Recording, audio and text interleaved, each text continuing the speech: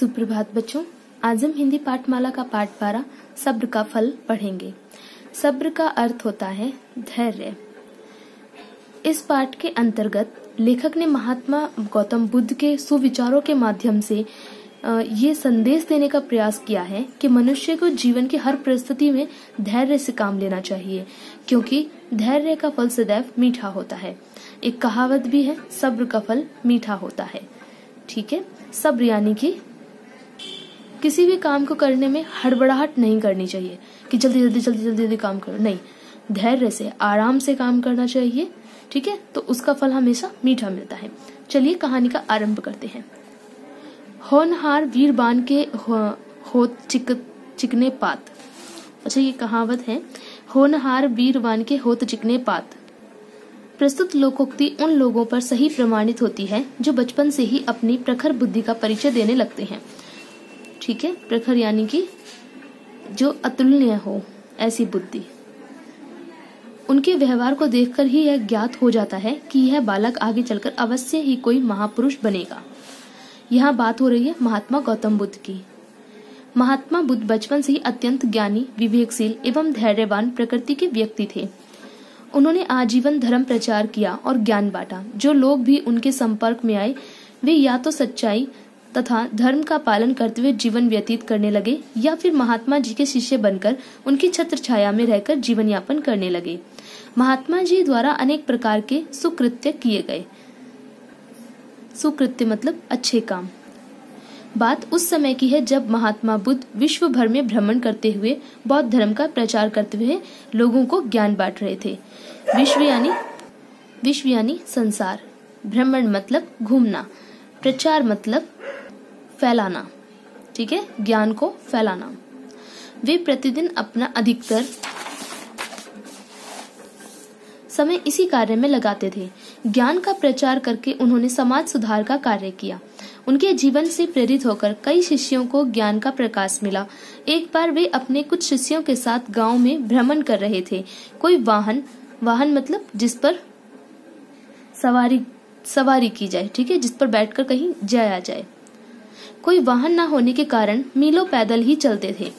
एक बार काफी देर घूमते घूमते अत्यधिक धूप तथा गर्मी के कारण बुद्ध को प्यास लगी। उन्होंने अपने एक शिष्य को गांव से पानी लाने की आज्ञा दे दी। शिष्य उनकी आज्ञा पाकर तुरंत पानी लेने चल दिया। जब वह शिष्य गांव के अंदर गया तो उसने देखा कि नदी पर बहुत लोग कपड़े धो रहे थे और कुछ नहा रहे थे, तो नदी का पानी गंदा हो गया था।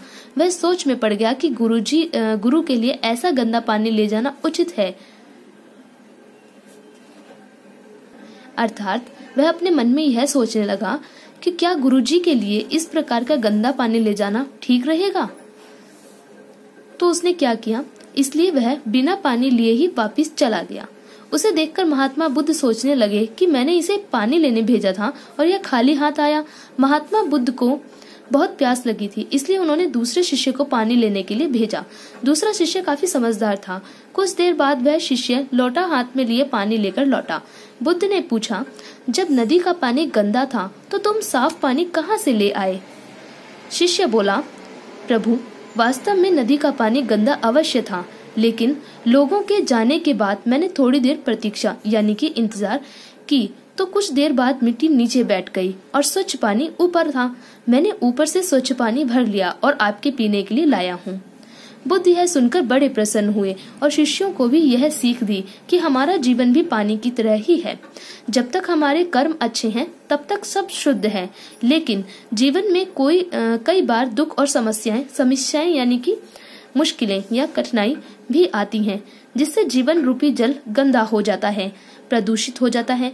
कुछ लोग पहले शिष्य के समान दुख और समस्याओं से घबरा जाते हैं और कभी आगे नहीं बढ़ पाते। वे इन्हीं में ही घिरे रहते हैं। परंतु कुछ लोग दूसरे शिष्य की तरह धैर्यशील होते हैं, बुद्धिमान होते हैं, सकारात्मक सोच के होते हैं और कुछ समय बाद दुख व समस्याएं स्वयं ही समाप्त हो जाते हैं।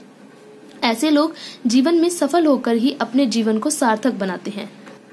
सद्मार्ग पर चलने और सुख तथा दुख को जीवन के आवश्यक अंग समझकर प्रत्येक परिस्थिति का हंसकर सामना करते हैं।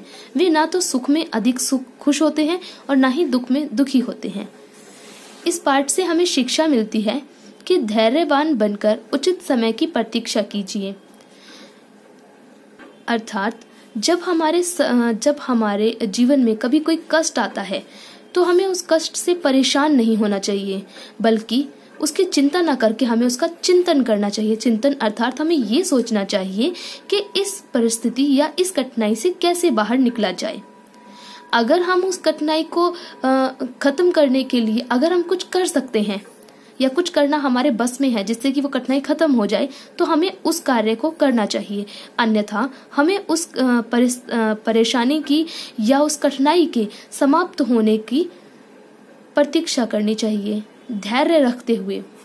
कोई जल्दबाजी नहीं, कोई हड़बड़ाहट नहीं, धैर्य से आराम से हमें इस बात का इंतजार करना चाहिए कि वो कैसे खत्म हो। ठीक है, उससे क्या होता है कि हमें को जब सही समय हमें मिल जाता है उस चीज को खत्म करने का, उस परेशानी को खत्म करने का, तो हम उस परेशानी को आराम से सही तरीके से खत्म कर पाते हैं। अन्यथा जो व्यक्ति दुख को देख करके परेशान होने लग जाए, चिंता में रहने लग जाए, तो क्या होगा कि चिंता से उसका शरीर और भी ज्यादा परेशान होता रहेगा, साथ ही वह बीमार भी हो जाता है। इसलिए हमेशा हमें धैर्य से यानी आराम से उचित समय, मतलब जो समय एकदम ठीक है उस कार्य को करने के लिए या उस कठिनाई को समाप्त करने के लिए, उसकी हमें प्रतीक्षा करनी चाहिए।